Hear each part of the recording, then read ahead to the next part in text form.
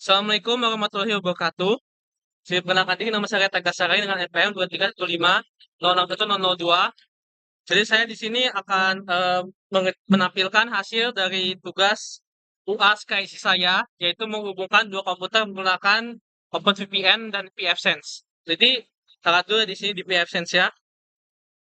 Jadi kalau misalnya kita tes dulu di sini, eh, kita coba ping, kita coba IP config dulu ya. Nah, di sini kita IP-nya masih IP normal biasa, titik 100. Jadi kalau misalnya kita ping IP kawan saya nih,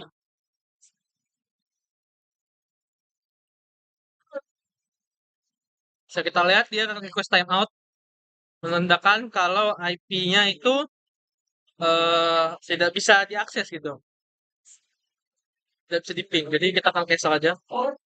Nah, gimana sih caranya untuk menggunakan IP access ini? Jadi pertama itu kita harus di sistem membuat sebuah sertifikat baru, sertifikat authorities di sini.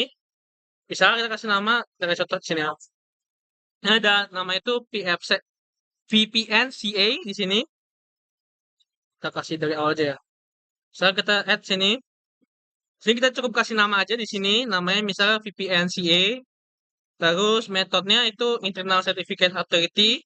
Dan untuk yang lainnya itu samain aja ya.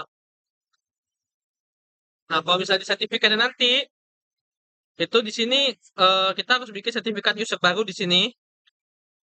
Metodenya itu create internal, description name-nya basing. Kalau saya sih OpenVPN aja namanya. OpenVPN strip server. Common name-nya samain aja OpenVPN strip server. Nah, terus di sertifikatnya ganti ke server certificate ya. Oke, karena saya udah buat, jadi saya nggak bakal buat lagi di sini. Oke. Jadi udah ada dua nih ya. Dua. Autogetisnya satu, VPN CA. Dan ini udah ada nih OpenVPN server. Terus kita tinggal aja buka VPN kita. Di menu VPN dan OpenVPN. Kita tinggal klik wizard. Terus pilih type of servernya itu local server. Terus untuk autogetisnya VPN CA yang tadi kita booking. Sertifikatnya itu pakai yang OpenVPN server. Sertifikat yang server ya. Nah, deskripsinya basing, protokolnya itu pakai UDP, interface-nya WAN, atau LAN, tergantung kita pakai yang mana. Atau bisa any, basing. eh oh ya, ini harus WAN ya, kalau dia mau connect ke luar. Ini langsung cek ke saya semua, dari default. Untuk tunnel networknya itu basing. Saya ini menggunakan 10, 10, 10, 10, 10, 10, 0. Jadi nanti IP itu ada 10, 10, 2, ada 10, 10, 3. Karena 10, 10, 1 dipakai buat podcast. Nah, untuk yang lainnya samain aja. Terus kalau kita klik next, di sini oke. Misalkan nih kita isi lah ya. Misalkan ini, oke. Setelah next, di sini kita checklist semua ya. Ini saya nggak bakal bikin lagi, kan saya udah bikin. Langsung balik aja ke sini lagi. Ya, ini saya udah bikin ya. Sini. Terus kita juga harus bikin user baru. User barunya itu ada di bagian user manager. Terus di user satu kita coba. Terus di user satu eh coba kata aja. Masalah apa aja? Oke, jadi di bagian user satu, nah di sini kalau misalnya kita klik add, kita bisa add user.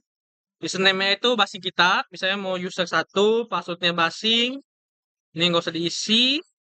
Nah, kita jangan lupa untuk create certificate baru, descriptive name-nya itu samain aja kayak nama usernya ya. Kalau udah tinggal kita klik save. Ini kebetulan saya udah bikin jadi nggak perlu lagi.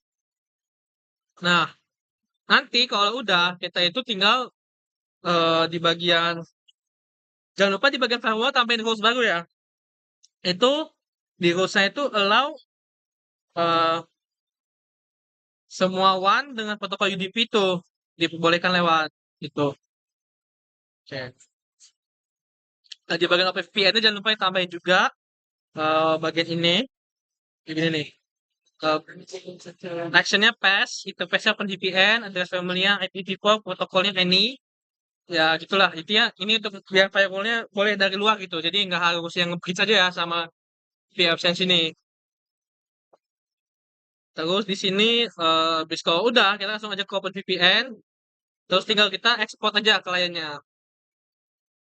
Ini jangan lupa tambahin kalau misalnya emang ada error, tambahin route no pull ya. Ini nanti apa namanya akan memungkinkan pull-nya itu route secara otomatis, secara manual.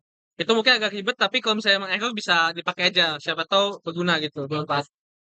Oke, di sini nih untuk Windows installer-nya jangan lupa diinstal yang 64-bit tergantung versi apa namanya versi OS kalian ya. Kalau misalnya Mac OS ini ada Visual Viscosity Bundle, terus kalau dia Legacy ada Legacy Windows installer ya. Sesuai aja sama punya kalian gitu. Oke, kalau udah kita udah diinstal, kita langsung aja install di sistem kita. Nah, kebetulan karena saya udah install di sini, nih saya udah download dan saya udah install, udah ada juga di sini. Saya tinggalkan aja gitu. Jadi akan saya kan ya, akan saya kan. Oke, kita akan connect dulu. Eh, saya udah masukin, udah bikin user, tadi namanya user 1 dengan password 1. Jadi akan running. Oke, sekarang kalau misalnya kita klik ipconfig/all. Nah, di sini kita udah dapat nih IP OpenVPN-nya. Nah, kalau misalnya kita ngeping IP yang di luar VPN-nya, jadi bukan IP yang dikasih VPN-nya 105 misalnya. Dia itu nggak akan bisa gitu, karena dia dianggapnya beda komputer mereka ini jadinya.